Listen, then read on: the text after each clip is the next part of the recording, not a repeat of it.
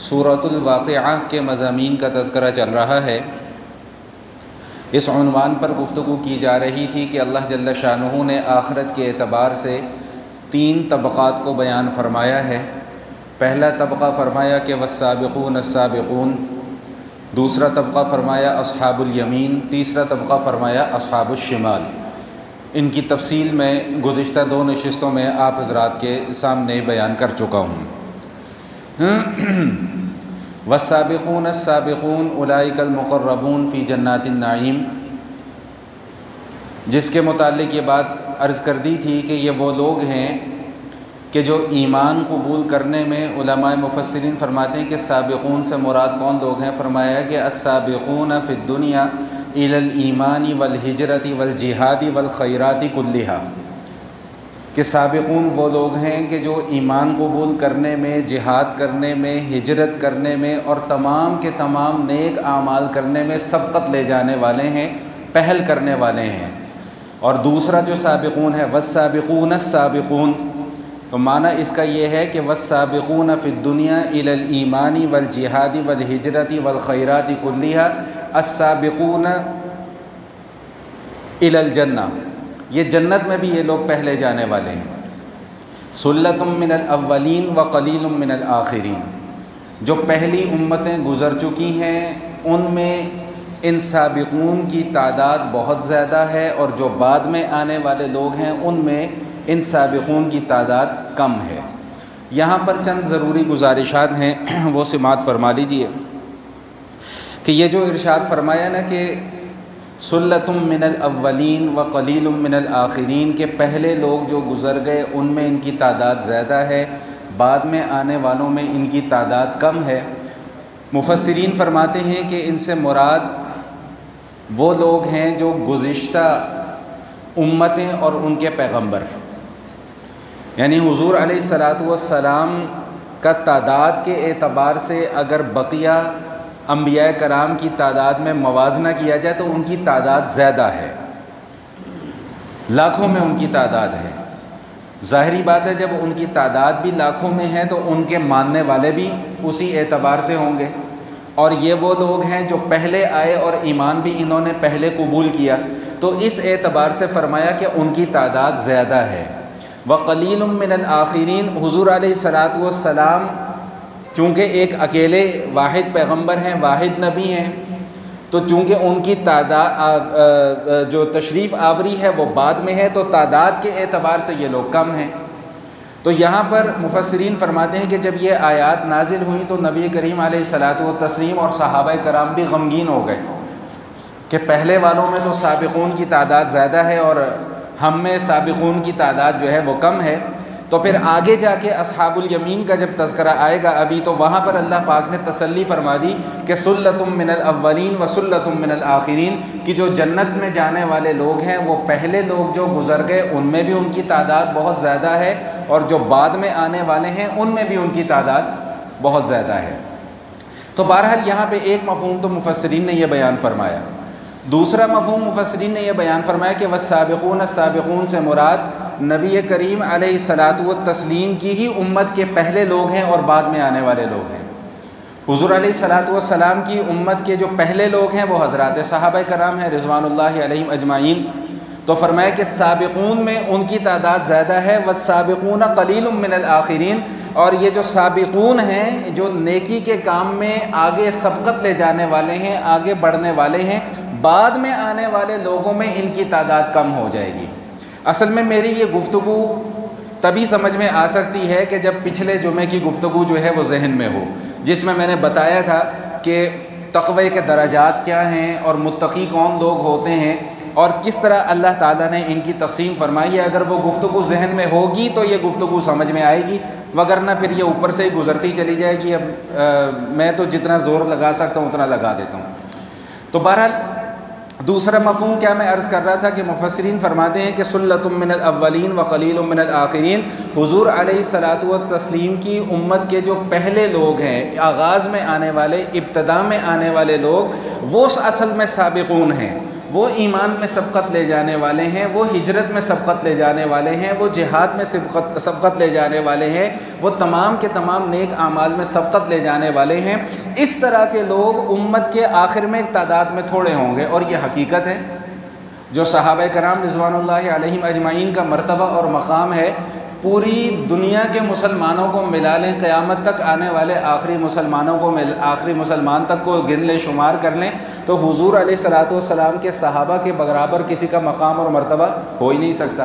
یہ تو ہمارا عقیدہ ہے اور اجماعی عقیدہ ہے کہ انبیاء کرام کے بعد اگر دنیا میں اللہ کے ہاں کوئی مقبول ترین ہستیاں ہیں تو وہ حضرات صحابہ کرام ہیں رضوان اللہ علیہم اجمعین۔ اب بعد میں آنے والے کو بھونکتے رہیں تو بھونکتے رہیں، صحابہ کی شان میں تو کوئی کمی نہیں ہو سکتی۔ چاند کی طرف اگر کوئی دیکھ کر تھوکنا شروع کر دے تو وہ تھوک واپس اس کے اپنے چہرے پر ہی آئے گا، چاند کی شان میں کوئی کمی واقع نہیں ہوگی۔ تو صحابہ کرام کی ذات کے متعلق اگر کوئی بکواس کرتا ہے تو وہ کرتا رہے، صحابہ کی شان میں کوئی کمی نہیں ہوگی۔ ہاں، اس کا اپنا ایمان ضرور برباد ہو جائے گا، کیونکہ ہم تک ایمان پہنچانے والی ہستیاں ہی یہ لوگ ہیں، ہم تک کلمہ پہنچانے والے ہی یہ لوگ ہیں، ہم تک قرآن حدیث سنت پہنچانے والے ہی یہ لوگ ہیں۔ انہوں نے اس دور میں حفاظت نہ کی ہوتی تو نہ آج ہمارے پاس قرآن ہوتا، نہ حدیث ہوتی، نہ ایمان ہوتا، نہ نیک اعمال ہوتے، کچھ بھی نہ ہوتے۔ تو آج کل کے دور میں تو بڑا آسان کام ہے نا، میں ہمیشہ اس موضوع پر بات کیا کرتا ہوں کہ یوٹیوب چینل بنا لو، مشہور ہونا ہے، صحابہ کرام پر تبرہ کرنا شروع کر دو، 2 دنوں میں مشہور ہو جاؤ گے، مسئلہ ہی کوئی نہیں ہے۔ تو شہرت تو مقصود ہے ہی نہیں، صحابہ کرام کے نزدیک شہرت مقصود نہیں تھی۔ تو اللہ تعالیٰ نے کتنا بڑا انعام دے دیا کہ والسابقون السابقون، بھائی ایمان میں پہل کرنے والے یہ لوگ ہیں، بعد میں آنے والے لوگ ان کے مقام اور ان کے مرتبے کو نہیں پہنچ سکتے۔ ہاں، چلتے چلتے ایک بات اور بھی عرض کرتا چلوں کہ نبی کریم علیہ الصلوۃ والتسلیم نے علامات قیامت میں سے ایک علامت یہ بھی بیان فرما دی تھی کہ جو بعد میں آنے والے لوگ ہیں وہ اپنے پہلوں پر، جو بزرگ ان کے گزر گئے، جو بڑے ان کے گزر گئے، ان پر تنقید کریں گے، ان پر طعن کریں گے، ان کی تحقیر کریں گے، ان کی توہین کریں گے۔ یہ علامات قیامت میں سے ایک علامت نبی کریم علیہ الصلوۃ والتسلیم بیان فرما گئے ہیں، اور آج ہم اپنی آنکھوں سے دیکھ رہے ہیں کہ جس نے 4 کتابیں پڑھ لیں، 2 اردو کے ترجمے پڑھ لیے، 2 فارسی کی کتاب کے ترجمے پڑھ لیے، وہ خود کو مفسر اور فلاسفر اور پتہ نہیں کیا کیا کہنا شروع کر دے، اور اس کا سب سے پہلا ہدف کون بنے گا؟ حضرات صحابہ کرام رضوان اللہ علیہم اجمعین۔ ایک بات اچھے طریقے سے سمجھ لیجئے، کیونکہ ٹیکنالوجی کا دور ہے، سوشل میڈیا کا دور ہے، کوئی بندہ بھی اس آفت سے محفوظ نہیں ہے، بچا ہوا نہیں ہے۔ ایک اصول ہمیشہ کے لیے اپنے ذہن کے اندر بٹھا لیجئے کہ جو بھی خود ساختہ فلاسفر یا اسکالر یا مذہبی پیشوا یا مذہبی رہنما یا کوئی بھی نام دے لیجئے، جو شخص بھی حضرات صحابہ کرام رضوان اللہ تعالی علیہم اجمعین پر طعن و تشنیع کے نشتر چلاتا ہو، اس سے کبھی دین نہ سیکھیں، کیونکہ وہ خود دیندار نہیں ہے، وہ فتنہ ہے۔ بس یہ ایک اصول ذہن میں رکھ لیں۔ تو بہرحال میں کیا عرض کر رہا تھا کہ والسابقون السابقون اولئک المقربون فی جنات النعیم، اللہ فرما رہے ہیں کہ جو پہلے لوگ گزر گئے ان میں ایمان میں اور نیک اعمال میں سبقت لے جانے والوں کی تعداد زیادہ تھی، جو بعد میں آنے والے لوگ ہیں ان میں ایمان میں اور نیک اعمال میں سبقت لے جانے والوں کی تعداد کم ہوگی۔ لیکن یہ جو سابقون ہیں، میں نے گزشتہ نشست میں بھی عرض کر دیا تھا کہ ان کا درجہ سب سے اونچا ہے۔ اب ان کو اللہ تعالیٰ کی طرف سے انعامات کیا ملیں گے، میں مختصر سا اس کا ایک نقشہ آپ کے سامنے کھینچ دوں، پھر بات کو آگے چلاتے ہیں۔ فرمایا کہ علی سرر موضونہ، سب سے پہلا انعام یہ ہوگا کہ سونے کے تاروں کے بنے ہوئے تخت ہوں گے جس پر یہ لوگ بیٹھے ہوں گے۔ پڑھ لیا، سن لیا، ذہن کے اندر ایک نقشہ آ گیا کہ سونے کے تار، ذہن الجھ گیا، یار سونے کے تاروں کا تخت کیسا بنا ہوا ہوگا، کیسی اس کی بناوٹ ہوگی، اس کی میکنگ کیسے کی گئی ہوگی۔ تو بھائی اس کا ایک آسان سا جواب ہے کہ جب انشاءاللہ وہاں پر جائیں گے تب دیکھ لیں گے۔ انشاءاللہ تو کیا ہے، جنت میں جانے کا شوق نہیں ہے، وہاں جب جائیں گے تو انشاءاللہ وہاں پر جا کر دیکھ لیں گے کہ کیسے بنے ہوں گے۔ ٹھیک، یہاں تو اللہ تعالیٰ نے مجھے اور آپ کو سمجھانے کے لیے تھوڑے تھوڑے سے نقشے کھینچ کے بتا دیے کہ بھئی یہ کچھ ہوگا، ورنہ حقیقت یہ ہے کہ حدیث قدسی میں آتا ہے کہ اعدت لعبادی الصالحین ما لا عین رأت ولا اذن سمعت ولا خطر علی قلب بشر او کما قال، کہ میں نے نیک بندوں کے لیے ایسی ایسی نعمتیں تیار کر رکھی ہیں کہ کسی آنکھ نے وہ نعمتیں دیکھی نہیں، کسی کان نے ان نعمتوں کے متعلق سنا نہیں، اور کسی کے دل میں ان کا کھٹکا اور خیال بھی پیدا نہیں ہو سکتا۔ یہ تو صرف مجھے اور آپ کو سمجھانے کے لیے نقشہ کھینچ دیا کہ جی سونے کے تاروں کا بنا ہوا تخت ہوگا۔ اچھا چلو یہ بھی سمجھ میں آ گئی بات۔ پھر کیا ہوگا؟ متقین علیہا متقابلین، تکیہ لگا کر بیٹھے ہوں گے۔ اب وہ تکیہ بھی کو میرے اور آپ کے گھر کا تکیہ نہیں ہوگا، وہ جنت کا تکیہ ہوگا۔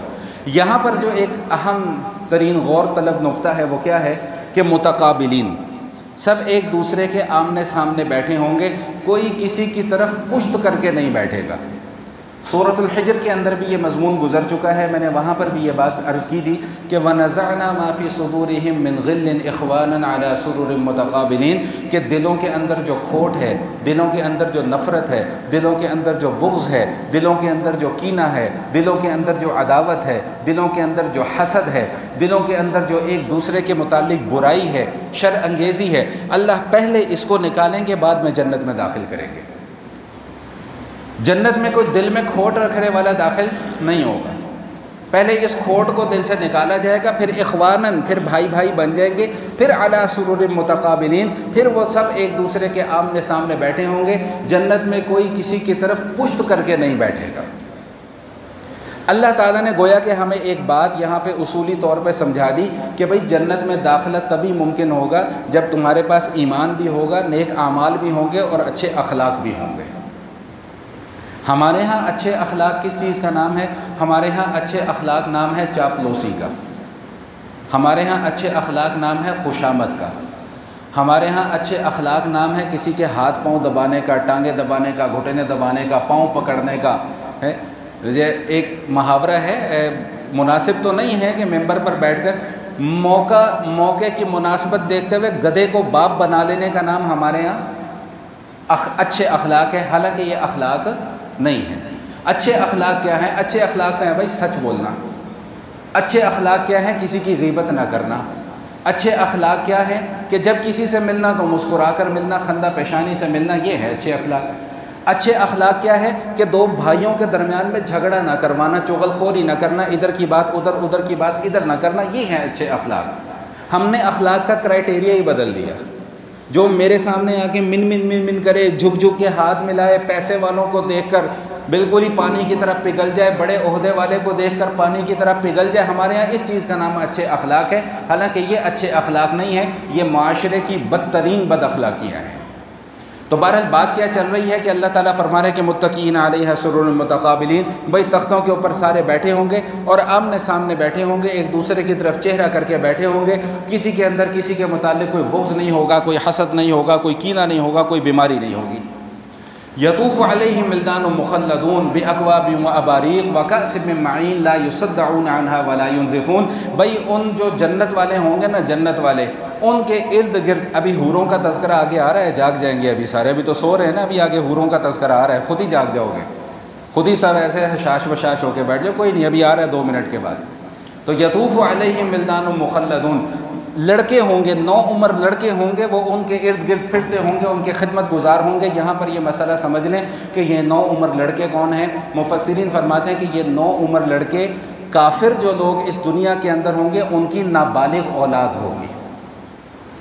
بچہ جب تک بالغ نہیں ہوتا وہ مسلمان ہے، چاہے وہ کافر کا بچہ ہے چاہے وہ مسلمان کا بچہ ہے، یہ اصولی مسئلہ ذہن میں بٹھا لیں۔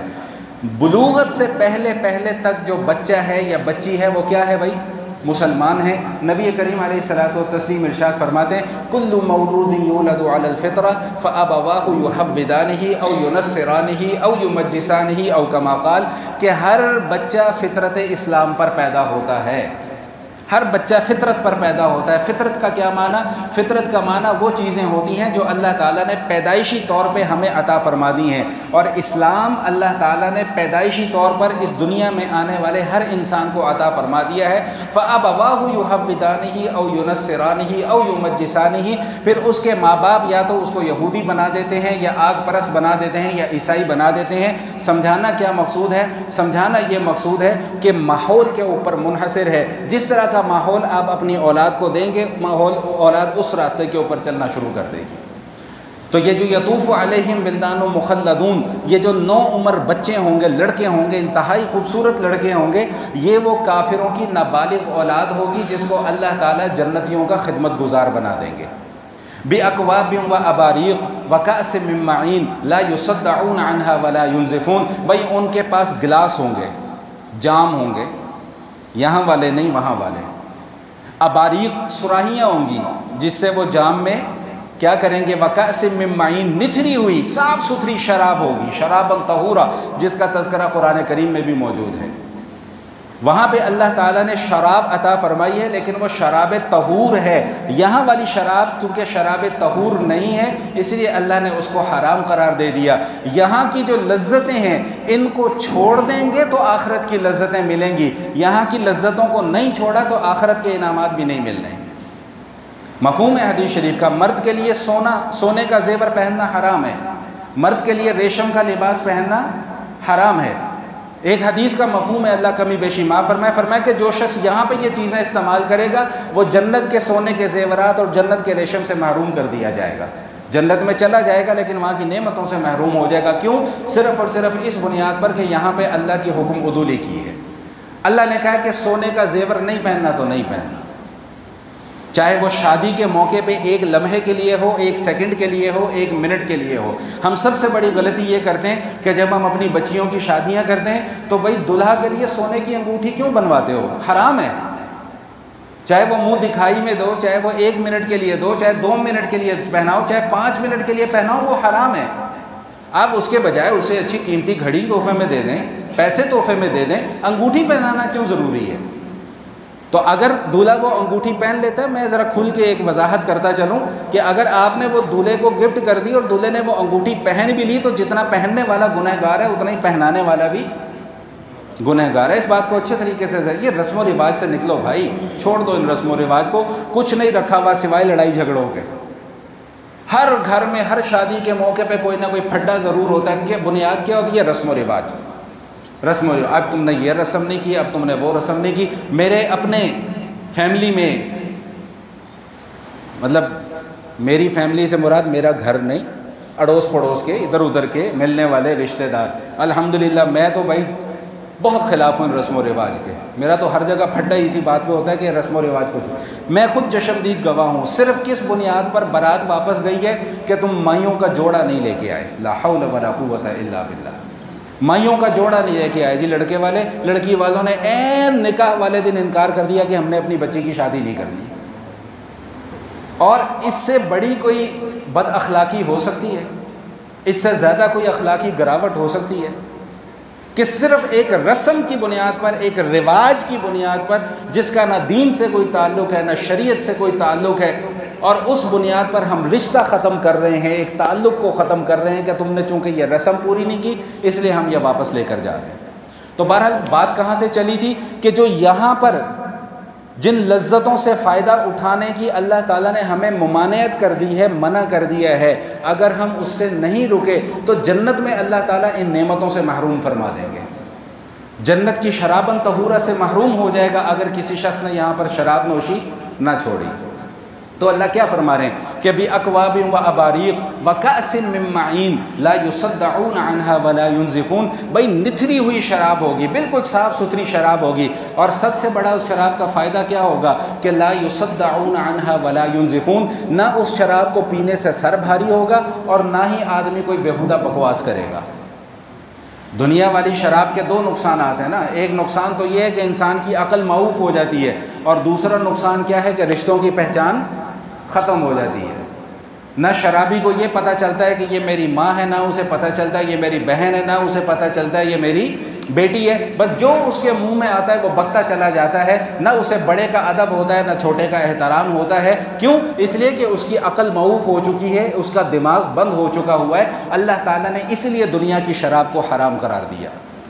انما الخمر والمیسر والانصاب والازلام رجس من عمل الشیطان، بھائی گندگی ہے، یہ شراب گندگی ہے، جوا گندگی ہے، قمار گندگی ہے، رجس من عمل الشیطان، شیطان کے کاموں میں سے ہے۔ اس سے بڑی بھی کوئی اور دلیل چاہیے شراب کی حرمت کے لیے؟ لوگ کہتے ہیں قرآن میں کہاں لکھا ہے جی شراب حرام ہے؟ میں کہتا ہوں قرآن میں کہاں لکھا ہے کہ تو نے دنیا کے اندر آنا تھا؟ کیسے آ گیا تو دنیا کے اندر؟ تیرا تو نام ہی نہیں ہے قرآن میں کہیں، تیرے تو وجود کا تذکرہ موجود نہیں ہے قرآن میں، تو کیسے دنیا کے اندر آ گیا؟ ایسی عجیب جہالت کی باتیں۔ قرآن میں کہاں لکھا ہے جی شراب حرام ہے؟ قرآن کہہ رہا ہے کہ رجسن گندگی ہے، قرآن کہہ رہا ہے کہ من عمل الشیطان، شیطان کے کرنے والے کام ہیں۔ اس سے بڑی بھی کوئی دلیل چاہیے شراب کی حرمت کے لیے؟ چاہیے تو بتاؤ۔ اس کا مطلب پھر ہمارا ایمان ابھی اس درجے پر پہنچا نہیں ہے۔ اچھا بھائی یہاں پہ ایک نسخہ بھی آپ کو دیتا چلوں، بھائی یہ ذرا پنکھے تو چلا دو، یہ جو ڈمر لگے ہوئے ہیں نا، ڈمر جہاں پہ لگے ہوئے ہیں، یہ بڑے بٹن نیچے کر دو۔ ہاں اچھا ایک نسخہ، بھائی میری طرف دیکھو، ایک نسخہ آپ کو دیتا جاؤں۔ سر میں درد رہتا ہی اکثر ہو جاتا ہے کبھی کبھی، سر درد کا ایک علاج آپ کو بتا دیتا ہوں۔ ویسے میں وظیفے بتاتا ہوں تو نہیں ہوتا، لیکن کبھی کبھی بتا بھی دیتا ہوں۔ سر درد کا ایک وظیفہ سمجھ لیں، اگر کسی کے سر میں درد ہو رہا ہو، 1 مرتبہ یا 3 مرتبہ درود شریف پڑھ لیں، 7 مرتبہ سورہ فاتحہ پڑھ لیں، اور 7 مرتبہ یہ والی آیت سورہ واقعہ کی، کون سی؟ لا یصدعون عنہا ولا ینزفون، یاد ہو گئی؟ لا یصدعون عنہا ولا ینزفون۔ اور پھر اس کے بعد 1 مرتبہ یا 3 مرتبہ درود شریف پڑھ لیں، سر پہ ایسے ہاتھ رکھ کے پڑھ لیں، اور اس کے بعد پھونک مار کے تو سر کے اوپر مل لیں، انشاءاللہ سر کا درد جو ہے وہ ٹھیک ہو جائے گا۔ اب تجربے نہ کرنے بیٹھ جانا، اس کو تجربہ سمجھ کے نہیں اس کو عمل کرنا، اس کو اس نیت سے عمل کرنا ہے کہ اللہ تعالیٰ ہمیں اس عمل کی برکت سے شفا دے دے۔ پتہ لگے جی تجربہ کرنے بیٹھے جی مولوی صاحب نے غلط نسخہ بتایا۔ تجربے کرنے سے کبھی فائدہ نہیں ہوتا، یہ بات یاد رکھیے گا۔ ساتھ ساتھ میں نے یہ بھی آپ کو بتا دیا۔ اچھا لا یصدعون عنہا ولا ینزفون، بھائی سر میں درد نہیں ہوگا اور اس کی وجہ سے کوئی آدمی بیہودہ بات بھی نہیں کرے گا۔ اس کے بعد جو انعام ملے گا وہ کیا؟ وفاکہۃ مما یتخیرون ولحم طیر مما یشتہون، حوروں کا تذکرہ آ رہا ہے، جاگ جاؤ، حوروں کا تذکرہ آ رہا ہے ابھی۔ وفاکہۃ مما یتخیرون، بھائی جو پھل پسند ہوگا نا وہ کھا لو گے۔ وَلَحْمِ طَيْرٍ مِّمَّا يَشْتَهُونَ، جس پرندے کا گوشت پسند ہوگا وہ بھی کھا لو گے۔ معلوم ہوا کہ جنت میں پرندے بھی ہوں گے۔ حدیث شریف میں آتا ہے، مفہوم ہے اللہ کمی بیشی معاف فرمائے، کہ پرندہ اڑتا جا رہا ہوگا، آپ کا دل کرے گا کہ میں نے اس پرندے کا گوشت کھانا ہے، وہ پرندہ آپ کے سامنے آ کے گر جائے گا، جس حصے میں سے گوشت کھانا چاہو گے نکالو گے وہ گوشت کھا لو گے، اس کے بعد وہ پرندہ پھر ٹھیک ہو جائے گا، پھر اڑ جائے گا۔ جنت میں یہ سلسلہ چلتا رہے گا، رکنے والا نہیں ہے۔ کسی چیز کے اندر وہاں پہ اللہ کی نعمتوں میں کمی واقع نہیں ہوگی۔ آگے ابھی الفاظ آ رہے ہیں، میں بات کو مختصر کر رہا ہوں کیونکہ میں نے بات آگے بھی چلانی ہے۔ ہاں بھائی آگے آپ کی پسند کا مضمون، وحور عین کامثال اللؤلؤ المکنون جزاء بما كانوا يعملون، بھائی بڑی بڑی موٹی موٹی آنکھوں والی گوری چٹی حور اللہ پاک عطا فرما دیں گے۔ ہاں دیکھا سبحان اللہ کی آواز نکلی فوراً۔ گوری چٹی موٹی موٹی آنکھوں والی، پورا نقشہ نہیں کھینچ سکتا، ہضم نہیں ہوگا، پورا نقشہ نہیں کھینچ رہا، بات کو مختصر کر کے آگے لے کے جا رہا ہوں۔ جو 2-3 کام کی باتیں ہیں وہ سمجھانا چاہ رہا ہوں۔ انا انشأناہن انشاء فجعلناہن ابکارا عربا اترابا لاصحاب الیمین ثلۃ من الاولین وثلۃ من الآخرین۔ بھائی اللہ پاک فرما رہے ہیں کہ ہم جنت کے اندر عورتوں کو ایک نئی اٹھان دیں گے۔ علماء مفسرین فرماتے ہیں وہ عورتیں جو اس دنیا کے اندر بوڑھی ہو گئیں، ان کی ہڈیاں کمزور ہو گئیں، ان کو آنکھوں سے نظر آنا بند ہو گیا، ان کی کمر جھک گئی ہیں، ان کے وہ لاٹھی کے اوپر آ گئی، آنکھوں کے اوپر موٹا موٹا چشمہ لگ گیا، اللہ کہہ رہے ہیں ہم ان کو دوبارہ سے پیدا کریں گے، ایک نئی اٹھان دیں گے۔ فجعلناہن ابکارا، بالکل ان کو جو دوشیزہ کی طرح بنا دیں گے، عروبا اترابا لاصحاب الیمین، بھائی بالکل جو جنت والے ہوں گے نا ان کے ہم عمر بنا دیں گے، اور یہ اپنے شوہر سے محبت کرنے والی ہوں گی، شوہر سے محبت کرنے والی ہوں گی۔ وہاں پر سوتن کلچر نہیں پایا جائے گا، وہاں پہ سوتن کلچر نہیں پایا جائے گا۔ مطلب بیوی ہے نا، اگر کہہ دو نا غلطی سے بھی کہ بھئی میں دوسرا بیاہ رچانا چاہ رہا ہوں، ابھی تو میں جوان ہوں، تو بس پھر آپ کا گھر گیا، یا تو بیوی گئی یا گھر گیا، دونوں میں سے یا آپ گئے۔ تینوں میں سے کوئی ایک کام ہو سکتا ہے، اس کے علاوہ کوئی تیسرا کام، چوتھا کام نہیں ہو سکتا۔ وہاں پہ یہ سوتن والا کلچر موجود نہیں ہوگا۔ ہاں مزے کی بات کیا ہے کہ حضور علیہ الصلوۃ والسلام ارشاد فرما رہے ہیں کہ جو دنیا کی عورتیں ہیں افضل من حور عین، بھائی یہ جنت کی حوروں سے بھی زیادہ افضل ہیں یہ دنیا والی بیوی، ان نے جان نہیں یہ چھڑنی، یہ دنیا والی بیوی جو ہے یہ جنت کی حوروں سے بھی کہیں زیادہ افضل ہے۔ اللہ کے نبی صلی اللہ علیہ وآلہ وسلم ارشاد فرما رہے، کیوں بھائی جنت کی حور نماز نہیں پڑھتی، جنت کی حور روزہ نہیں رکھتی، جنت کی حور زکوٰۃ نہیں دیتی۔ دنیا والی بیوی نماز بھی پڑھتی ہے، روزہ بھی رکھتی ہے، زکوٰۃ بھی دیتی ہے، سب سے بڑھ کر میری آپ کی خدمت بھی کرتی ہے، اس کی قدر کیا کرو۔ وقت پر کپڑے استری کر کے دے رہی ہے، روزوں میں وقت پر صبح سحری بنا کر دیتی ہے، پھر افطار بھی بنا کر دیتی ہے، گھر کے کام کاج بھی کر رہی ہے، بچوں کو بھی سنبھال رہی ہے۔ ہم کہتے ہیں نہیں تو میرے پاؤں کی جوتی ہے، میری نوکر بن کے رہے، میری ملازم بن کے رہے، میری خادم بن کے رہے۔ یہ تمہیں کس نے سکھا دیا؟ کس نے سکھا دیا؟ یہ کہاں سے سیکھ لیا یہ ڈنڈے اور سوٹے والا کلچر؟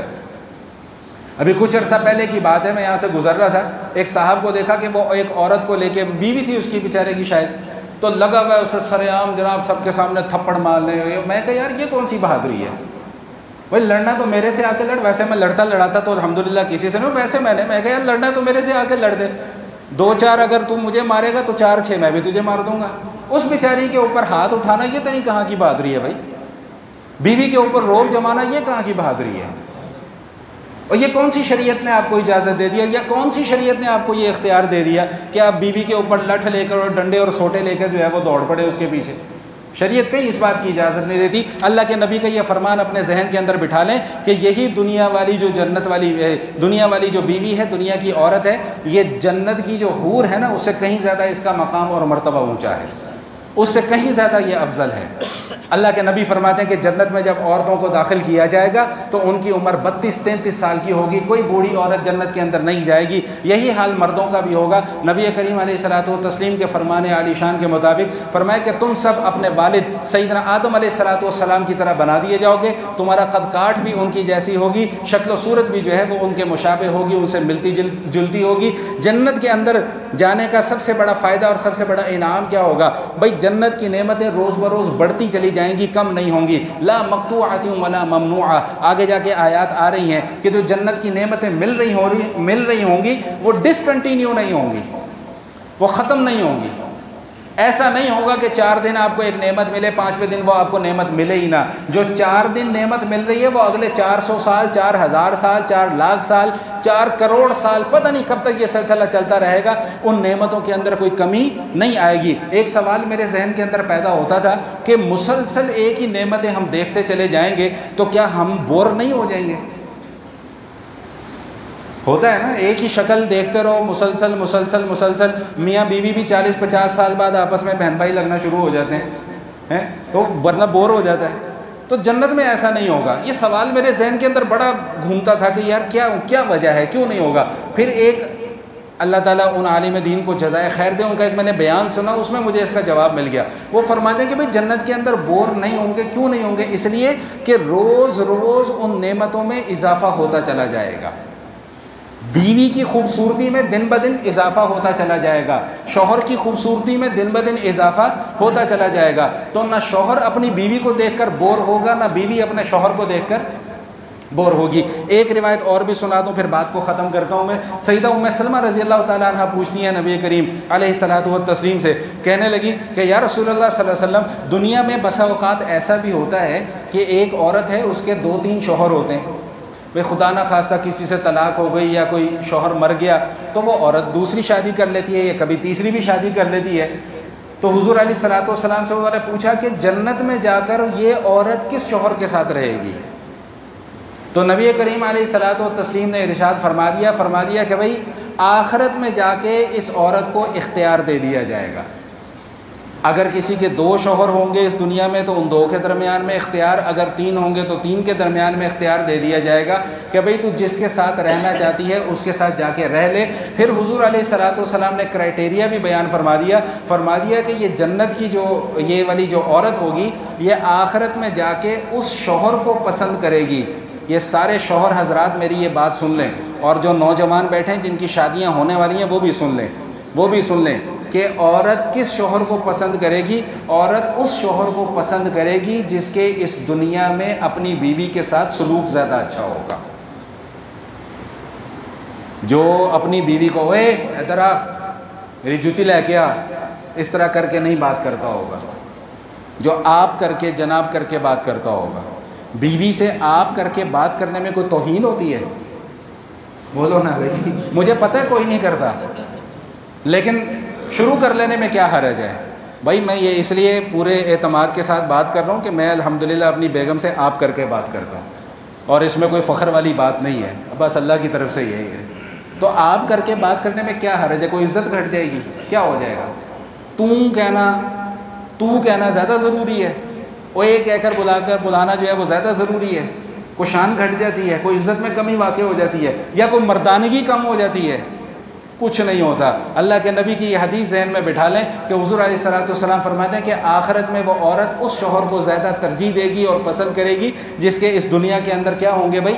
اخلاق اچھے ہوں گے۔ اور اس کے بعد بس بات کو سمیٹ رہا ہوں، فرمایا کہ اصحاب الیمین، ما اصحاب الیمین، بھائی جو جنت والے لوگ ہیں نا، اور کیا کہنا ہے ان جنت والے لوگوں کے، یہ اس کی تفصیل میں پہلے بھی کئی مرتبہ عرض کر چکا ہوں۔ آخری بات جو آج میں اس حوالے سے مختصر سی عرض کر دوں پھر بات کو ختم کرتا ہوں کہ اللہ جل شانہ ان اصحاب الیمین دائیں ہاتھ والوں کے متعلق کیا فرمائیں گے؟ ہؤلاء اہل الجنہ، بھائی یہ جنت والے لوگ ہیں، ولا ابالی، مجھے کوئی پرواہ نہیں ہے، میں ساری کی ساری مخلوق کو بھی اٹھا کر جنت میں ڈال دوں، یہ میری شان کو رتی برابر بڑھا نہیں سکتے، ساری کی ساری مخلوق کو اٹھا کر جہنم کے اندر پھینک دوں، یہ میری شان کے اندر رتی برابر بھی کوئی کمی واقع نہیں کر سکتے، میری شان اتنی بلند ہے۔ اللہ فرمائیں گے ہؤلاء اہل الجنہ ولا ابالی، بھائی یہ جنت والے لوگ ہیں اور مینوں کوئی پرواہ نہیں ہے کہ جنت سے جانا جاؤ، مجھے کوئی پرواہ نہیں ہے، یہ اللہ پاک ارشاد فرمائیں گے مجھے کوئی پرواہ نہیں ہے، میری صحت پہ کوئی اثر نہیں پڑتا۔ آج کل ہم یہ جملہ بولتے ہیں نا، آئی ڈونٹ کیئر، تو نے جو کرنا ہے کر لے، آئی ڈونٹ، مجھے کوئی پرواہ نہیں ہے، اللہ پاک ارشاد فرمائیں۔ کیوں؟ اللہ کی شان اتنی نرالی ہے،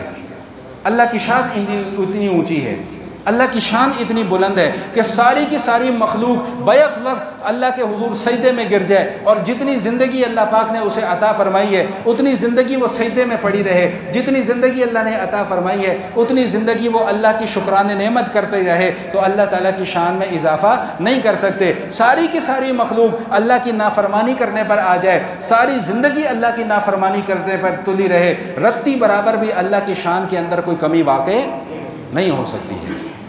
ایک دو احادیث سنا دیتا ہوں پھر بات کو ختم کرتا ہوں۔ یہ جو غنا ہے نا، اللہ کی صفت غنا ہے یا غنا ہے، یہ ہے صفت غنا کہ مجھے کسی کی پرواہ نہیں۔ ابھی چند دن پہلے میرے دوست آئے میرے پاس تو مجھے کہنے لگے مولانا صاحب غنا کیا ہے، کس کو کہتے ہو غنا؟ میں نے کہا بھائی جو غنا کا مطلب مجھے سمجھ میں آیا نا، وہ یہ سمجھ میں آیا کہ مخلوق سے بے پرواہ ہو جانا، یہ ہے غنا۔ ہماری تو مزاج اور ہمارا تو طبیعت ایسی ہے نا، ابھی میں نے کچھ دیر پہلے بھی عرض کیا کہ جہاں پیسے والے کو دیکھا، جہاں بڑی گاڑی والے کو دیکھا، جہاں بڑے عہدے دار کو دیکھا، فوراً اس کے سامنے پانی پانی ہو گیا، پتہ نہیں کی شے آ گئی ہے۔ یہ غنا نہیں ہے۔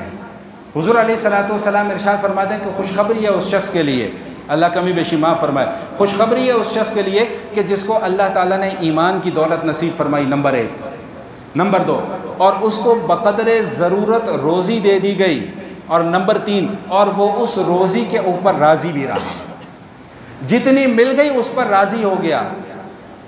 حضور علیہ الصلوۃ والسلام نے فرمایا کہ ایسے شخص کے لیے خوشخبری ہے۔ اور پھر آگے چل کر یہ بات ارشاد فرمائی کہ غنا جو ہے نا، غنا وہ مال کا زیادہ ہونا غنا نہیں ہے، فرمایا کہ بلکہ اصل غنا جو ہے وہ تو دل کا غنا ہے، کہ دل مستغنی ہو جائے۔ دل مستغنی ہونے کا کیا مطلب ہے؟ کہ دل کے اندر سے مخلوق کا جاہ نکل جائے، مخلوق کا ڈر نکل جائے، مخلوق کی محبت نکل جائے، اور اللہ کی محبت اور اللہ کا ڈر اور اللہ کی عظمت دل کے اندر آ جائے۔ فرمایا کہ یہ اصل غنا ہے، اور اللہ تعالیٰ کی صفت بھی اسی بات کا تقاضا کرتی ہے کہ ہؤلاء اہل الجنہ، یہ جو جنت والے لوگ ہیں یہ لوگ ہیں، ولا ابالی، اور مجھے اس بات کی کوئی پرواہ نہیں ہے۔ ان کو کیا انعام ملیں گے؟ اور ان دو طبقات کے مقابلے میں ایک تیسرا طبقہ اصحاب الشمال ہے، اصحاب المشأمہ ہے، ان کے اوپر اللہ تعالیٰ کی طرف سے کیسے کیسے عذاب کا کوڑا برسے گا۔ زندگی رہی تو انشاءاللہ آئندہ کی نشست میں۔ وآخر دعوانا الحمدللہ رب العالمین۔